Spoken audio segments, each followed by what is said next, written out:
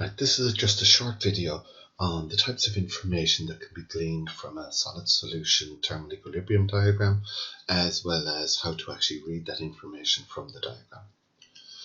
So if we start off looking at this particular diagram, so this is the basics or the basis of most solid solution diagrams. At the top here you have a liquidus line.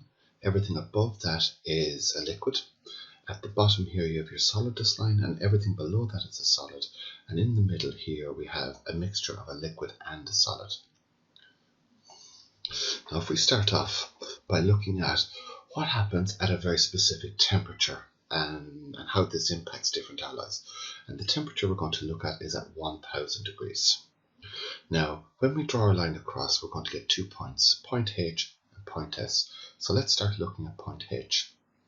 At point H, which is on the liquidus line, if I draw a line down, I get an alloy of 30% metal A, 70% metal B. What this tells me is that a metal that is 30%, 70% will be a liquid above 1000 degrees. The second piece of information I can get is by projecting my temperature across to my solidus line, and again project it down, and I get two more temperatures, or two more ratios, 65, 35. And what this tells me is that an alloy that is 65% metal A, 35% metal B will be a solid at 1000 degrees. So depending on my particular scenario, depending on my situation, I can tailor my alloy specifically based on what kind of temperatures it's going to be operating at. Now the third case we have is where we look at a specific alloy and at what temperatures does solidification start and end. So in this case I'm looking at an 80% to 20% alloy. By projecting it up I get 2 points, the point where it crosses the solidus line and the point where it crosses the liquidus line. Now what this tells me is that above 1300 degrees this alloy will be a liquid.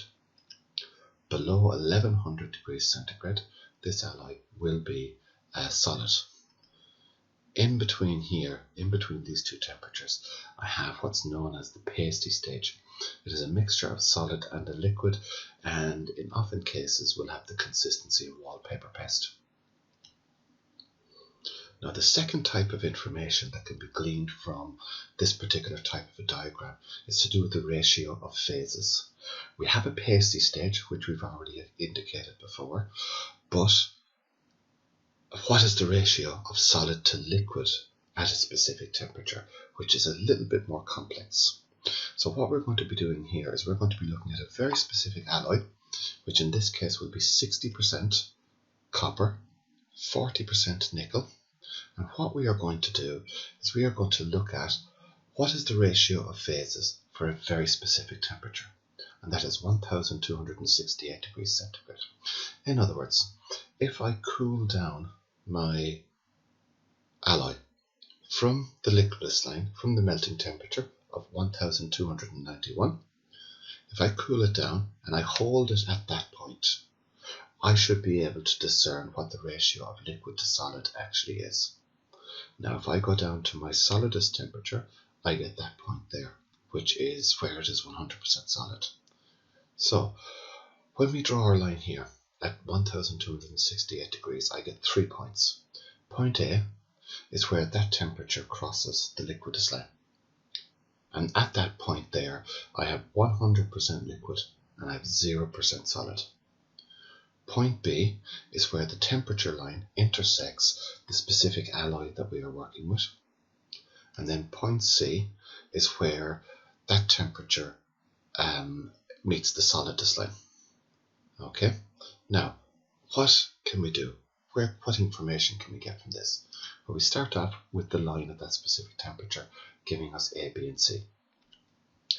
At A we have 100% liquid. At B we have 100% solid. At C we have 100% solid, and at B we have a mixture or ratio of liquid to solid. Now from point A I drop a line down and I get a number. Now I'm not looking at the percentage copper, I'm just looking at the individual numbers. So in this case I have 65. From point C I drop down a line which gives me 48, and then point B is my original alloy, So I drop that down, which gives me a number of 60. Now from this, I can create my ratios. Now my ratios are the mass of solid to the mass of liquid. Now, which side of this line? Is it AB the solid or BC the solid? That is the important question. Well, the equation here states that AB is my mass of solid, BC is my mass of liquid. But why? Well, if we start off at A, I have 100% liquid and 0 solid. As I move down here, the ratio of solid is slowly increasing. And as it continues down here, the ratio of the solid continues increasing until I get to this point here, which is point C, at which point I have 100% solid.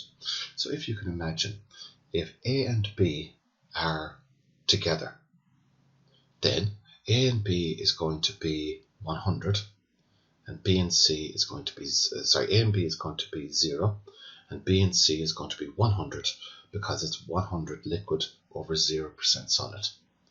If I go to the other side, if B and C were on top of each other, A and B would be at 100%, and B and C would be at 0.